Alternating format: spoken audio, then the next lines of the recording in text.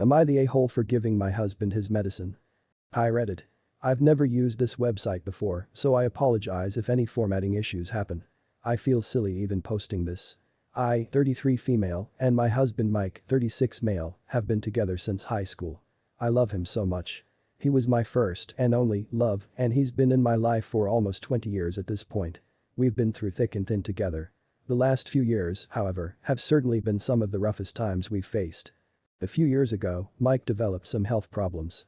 We went to his doctor and sure enough, we found out that he has thyroid cancer. It was devastating. But Mike and I are lucky to have good health insurance, so we were able to start treatment right away. Treatment, as I'm sure you know, is awful. Chemo, meds, the whole 9 yards. I can't tell you how many sleepless nights we had. But I was always there for him. I was with him when he was vomiting from chemo, held him when he cried, etc. It was awful. But God looked down upon us, and with his help, Mike started to recover. Slowly but surely, my husband became healthy again. It was truly a miracle. The moment when Mike was told he was in remission was the happiest day of our lives. It was beautiful. But still, doctors kept an eye on him. Mike still had appointments to go to and medications to take. Thankfully, a lot of the medications from his time as a cancer patient went unused. Our bathroom cabinet has bottles upon bottles of extra pills. Mike soon became healthy enough to go back to work. His job was thrilled when he came back and it didn't take long for him to be appointed as manager. Now my husband oversees many workers, including one girl in particular, Kathy. Imagine my surprise when I caught Mike and Kathy in our bed together. I can't even explain the betrayal I felt. Mike gave excuse after excuse, but it was pointless. I knew he didn't mean it. I kicked him out of the house for a few days. Slowly, however, I started to come around. My love for Mike is so strong that I couldn't stay mad. He came back last night and we're happy. But some resentment lingered, of course. I was in the bathroom this morning when I found all his old medications. I thought about how I had so dutifully administered his medications before all this happened. So, I decided to do it one more time. I just fed Mike some of my homemade spaghetti. He didn't know it, but I took all his pills and mixed them in with the sauce. About 20 minutes ago, I walked in on his lifeless body. Foam was coming out of his mouth and he wasn't breathing. I feel kind of bad. I think I got too emotional. Maybe I shouldn't have done that. Am I the a-hole? My mother refuses to acknowledge that she might have dementia. It has become more and more obvious over the last year or so that my mother has developed dementia. She is constantly forgetting things and then acting like she knew where they were the whole time. It has become a real struggle as we are always having to remind her to do even the most simple of tasks. Over Christmas, me and my siblings sat her down and confronted her about it. She vehemently denied that she had dementia and began screaming at us for making up such horrible lies about her. She kicked us out and has demanded that we apologize or she will not let us visit. We haven't spoken to her since but finally decided to just bite the bullet and apologize, just to make the peace. She had an extremely smug look on her face when we walked in the door. I immediately noticed a foul odor coming from somewhere in the house. I asked her about it, but she said her nose has been blocked for the last couple of weeks. I asked her how Dad was, and she gazed at me with a look of confusion on her face. I stood up and began making my way to the spare bedroom with my mother hot on my heels. I opened the door and had to step back due to the smell.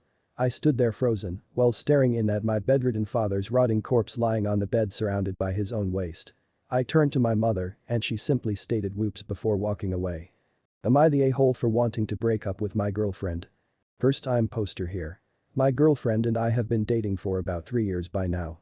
For the sake of keeping her anonymous, I will refer to her as Claire. See, Claire and I were doing great. We both had good jobs and big plans ahead together. I was even going to propose to her a couple of months ago. But then, one night, we got into a car accident. I still think it was the fault of the other guy, but this isn't what I am here to talk about. Long story short, Claire doesn't talk to me anymore. She doesn't do anything these days besides sitting on the couch and glaring at me. I tried to be a good boyfriend and stayed with her. I know that she doesn't have any living relatives to take care of her. And I didn't stay with her out of pity or guilt. I stayed with her because I loved her. But with each passing day, it seems she doesn't care about any of my hard work. She doesn't eat or take care of herself anymore. The stench in our apartment is unbearable and her skin just keeps turning more and more green. I am trying, guys. I really am. But it feels like I am fighting a losing battle. I still love my girlfriend. But it seems that she was much happier in that hole I had to get her out of. My family. I died 8 years ago. It wasn't particularly tragic. Or unusual. Just a car accident. I don't blame the man who hit me. He was speeding because his wife was in labor and there was black ice on the road. He lost control of the car and I lost my life. It's not his fault. I know that. I'm not cruel. I am not vengeful. If anything, I'm the opposite. You see, I don't have any family left and I had lost my few friends around that time. When it was time for my funeral, the only people who came was my boss and the family who killed me. The wife held her newborn daughter close to her chest. I hated my boss and the cemetery was awfully lonely, so I followed the family home. Lily may as well have been my own flesh and blood. She was sweet and bright and oh so very small. She had trouble sleeping if someone wasn't rocking her crib and her parents were so tired. After they put her to bed, it was easy for me to rock her crib for her. I didn't get tired. I could help her. As the years passed, Jack and Lori realized that they weren't alone in the house. It didn't take long from there to make a connection between my funeral and when I had showed up.